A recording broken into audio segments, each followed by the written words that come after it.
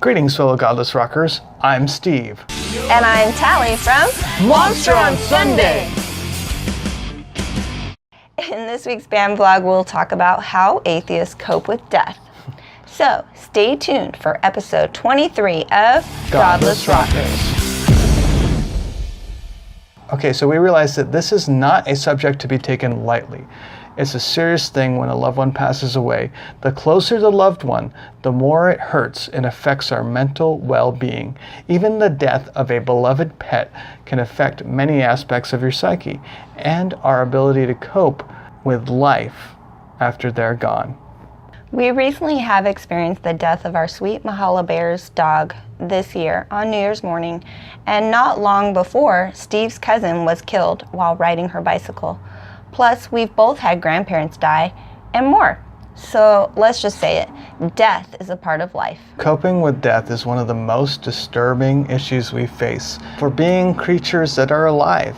And it's not easy. It's never easy, not for religious people, and also it's not easy for atheists. Honestly, this is an area of life that we all inevitably struggle with. But I've heard many religious people say something like, I don't know how I would cope with the death of a loved one if I didn't have Jesus or God.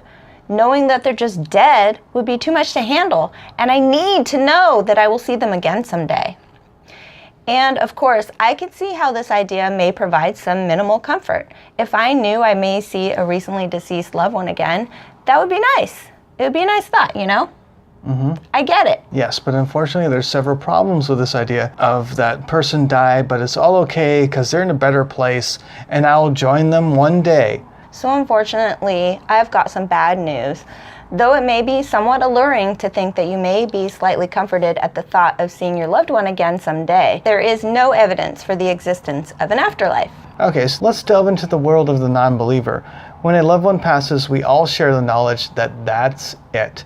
That's the end of the road for that person. We know that when people die, just like all of their living things we call life, including animals, plants, etc., they cease to exist on our planet. They're gone forever. So how does a person who doesn't believe in an afterlife cope with the death of a loved one? Newsflash, it's just like everyone else. We all go through the various stages of mourning. We all mourn the loss of our loved one. There are many stages of grief, and though we may experience them in various orders and in our own unique way, we all experience grief. Denial, anger, bargaining, depression, and acceptance are a few of these stages that we go through in order to cope with the loss of life. Sorry, Atheist, but your rainbow and butterfly concept, even if you fully believe it, of seeing your loved one after will not spare you from experiencing grief. Grief is a beast.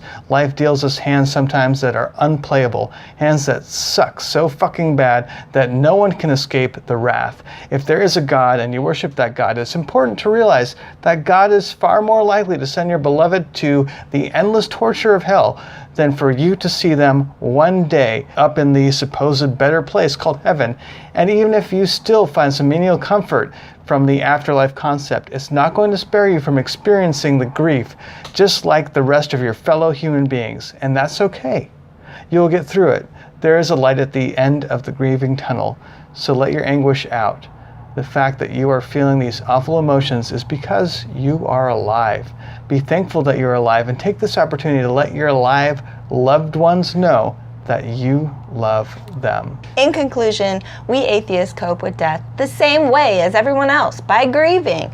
The grieving process is ultimately psychologically healing. It's a process that we have to go through, and with time, we can come to accept our new reality, one that is devoid of that important person in our previous view of reality. That is no easy feat for anyone, religious or otherwise. And if you're currently experiencing a loss in your life, please know that, first of all, we are so very sorry that you are going through this difficult time. Please know that you are not alone.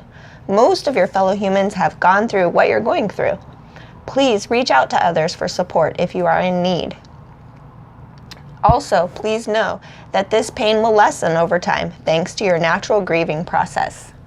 The mind is a powerful organ. It will see you through the pain and anguish to a place where you can live again.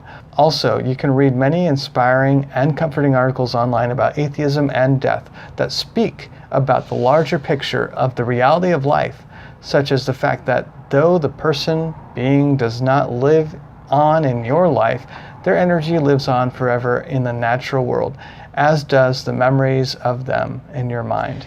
That's right. With a Google search on atheism and death, you can find various articles about the bigger picture of our existence that may provide some comfort, such as the idea that we're alive through our offspring.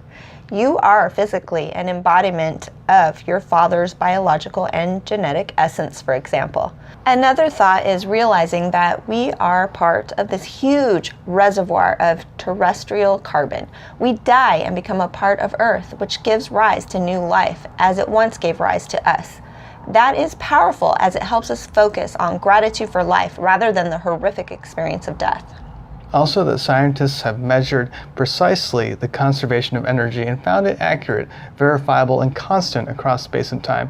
You can be comforted to know that your energy is still around. According to the law of conservation of energy, not a bit of you is gone. You're just less orderly. That's interesting. So that's it for this episode. How do atheists cope with death? Basically, it's the same as everyone else, except we can bypass the useless recovery step of wishful thinking. In fact, I would say we have it better, not worse, than theists. We get straight to dealing with the crazy flood of emotions that will come with the experience of loss. Let us know if you have tips for the grieving process below. Tune in next week where we'll talk about women according to the Bible. Check out last week's vlog, What Does Jesus Do?, right here. And click this link to visit our store where you can get music, merch, and more. Don't forget to like, share, comment, and subscribe so you never miss an episode. See you next Sunday at noon. We're Monster on Sunday. Sunday. Thanks for joining us on Godless Rockers.